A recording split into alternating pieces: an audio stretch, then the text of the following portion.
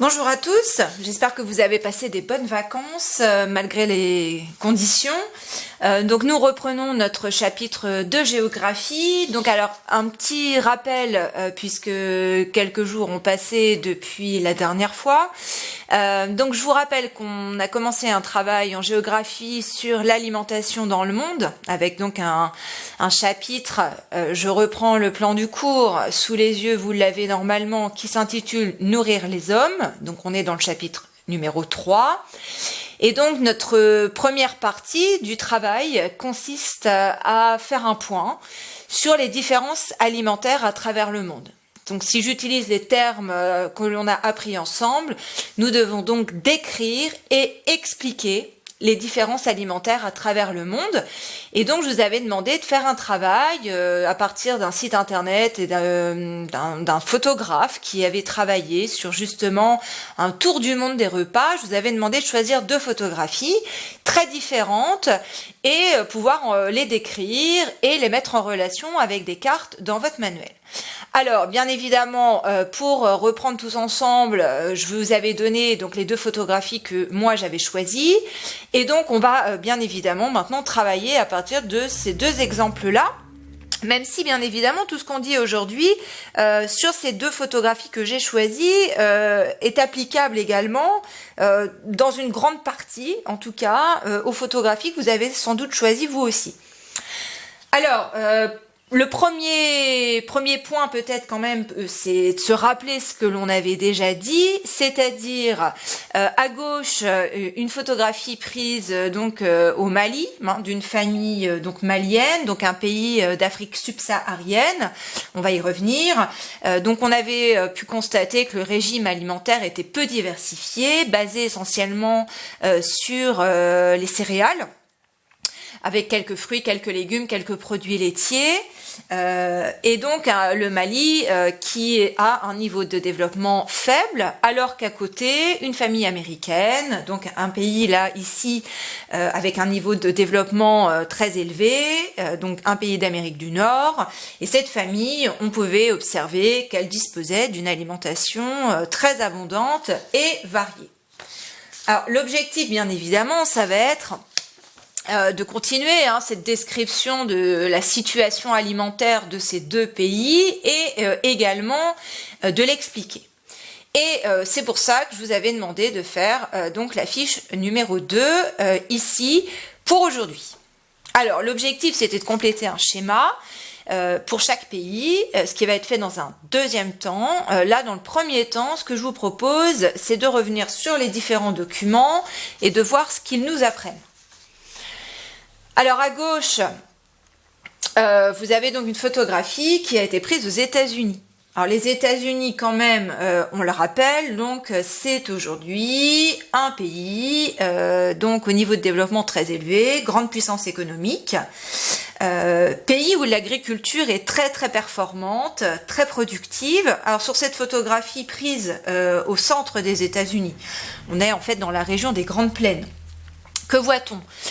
On voit un paysage qui prend en fait sur toute la photo de paysage, qui prend la forme d'immenses champs carrés ou rectangulaires. En tout cas, des parcelles géométriques, des champs ouverts. Ici, on est dans ce qu'on appelle le paysage d'open field. Ça vous rappelle des petites choses de 6e. Et on observe que les exploitations, là ici agricoles, sont gigantesques. Bon, pour la petite information, c'est en moyenne 7 fois plus que la superficie des exploitations françaises. On est ici sur une photographie qui nous montre la récolte, donc la moisson donc du blé.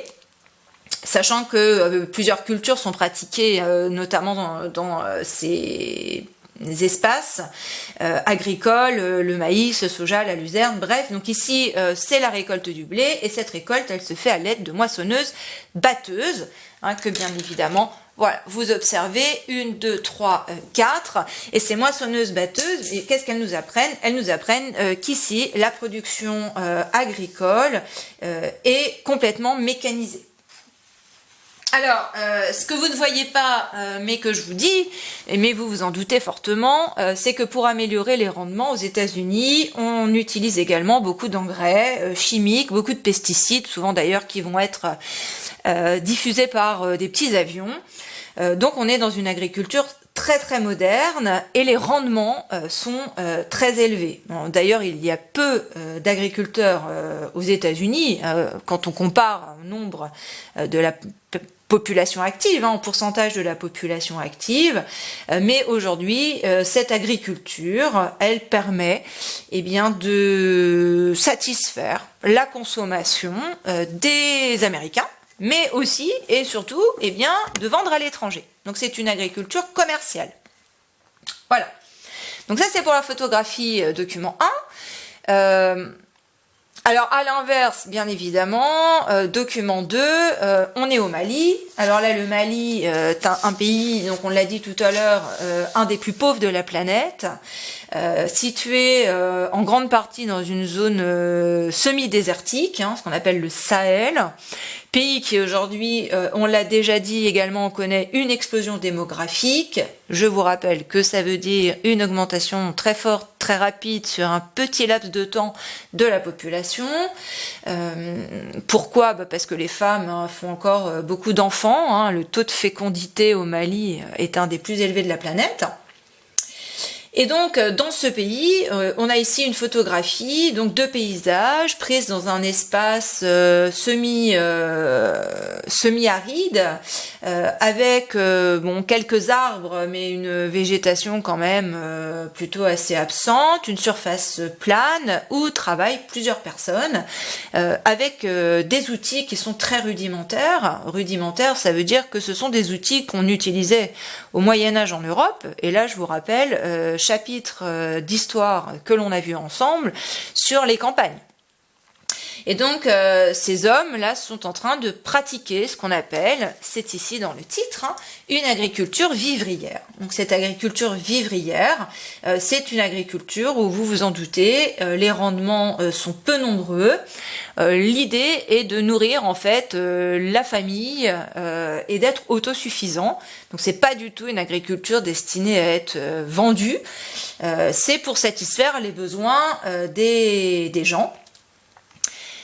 Et tout de suite, je vais aller à la fin de cette fiche numéro 2 pour terminer sur en tout cas l'accès de la nourriture, sur justement comment les populations accèdent à la nourriture. Et donc, on le voit très bien sur le document 7, donc la population américaine donc a un accès très facile donc aux ressources alimentaires. Puisque vous le voyez ici, nous sommes dans un supermarché, donc la grande distribution. Alors que, vous le voyez à côté, document 8, on est sur un marché. Ça veut dire quoi ? Eh bien, ça veut tout simplement dire qu'au Mali, les aliments qui ne peuvent pas être produits par les agriculteurs, les paysans, sont achetés au marché. Mais ce qui est intéressant de se dire, c'est que ces aliments déjà donc sont peu nombreux et au Mali, on a quand même une population qui est majoritairement donc paysanne, contrairement aux États-Unis. Donc au Mali, vous avez une agriculture majoritairement donc familiale. Avec donc en effet le recours au marché local si certains aliments viennent à manquer. Donc, on arrive quand même un petit peu justement là à expliquer donc la situation alimentaire. Donc vous l'avez compris, d'un côté une agriculture intensive, productive avec des rendements élevés, de l'autre côté une agriculture vivrière, donc avec des rendements plutôt faibles. Qu'est-ce qu'on peut évoquer d'autre ? Bon, alors c'est surtout pour le Mali, et là c'était le document 4 qu'il était intéressant quand même d'étudier. Eh bien c'est que au Mali, donc cette agriculture qui génère des rendements faibles, ça veut dire que les outils employés, on l'a dit, sont rudimentaires. Et bien en plus cette agriculture vivrière, malheureusement, elle est située aussi dans un pays où les sécheresses sont fréquentes.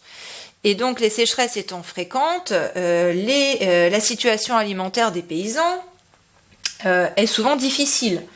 De plus, on vous le dit dans le texte, c'était ici notamment, voilà, les conflits armés du nord du pays aggravent la situation, car en effet, depuis 2012, les populations maliennes vivent dans une insécurité totale, notamment le nord du pays qui est confronté à une guerre importante. Voilà. Donc, on en arrive à la conséquence, ou les conséquences de ce qu'on vient de dire. La première conséquence, si on reste sur le Mali, bien c'est ce qu'on appelle la sous-nutrition et la malnutrition, avec cette photographie notamment d'un enfant, puisqu'aujourd'hui, la malnutrition, ça veut dire quoi ? Ça veut dire qu'on a une mauvaise alimentation, et cette mauvaise alimentation, elle est déséquilibrée, c'est-à-dire qu'on a des carences, on a des manques, on n'a pas tout ce qu'il faut pour avoir une croissance normale.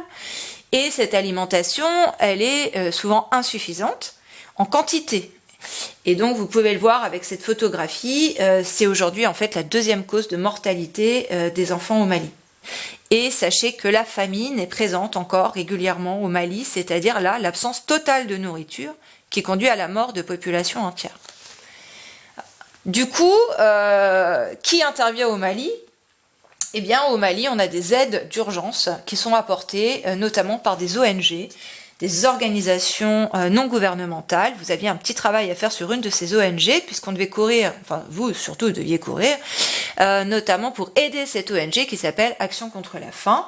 Et donc en effet, l'État au Mali, qui est un État pauvre, eh bien aujourd'hui ne peut pas tout seul donc satisfaire les besoins alimentaires de sa population. Et donc on a des acteurs internationaux qui interviennent.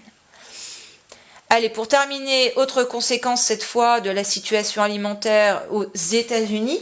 Alors là, une situation également de malnutrition. Alors là, une malnutrition qui en fait est plutôt liée à une suralimentation.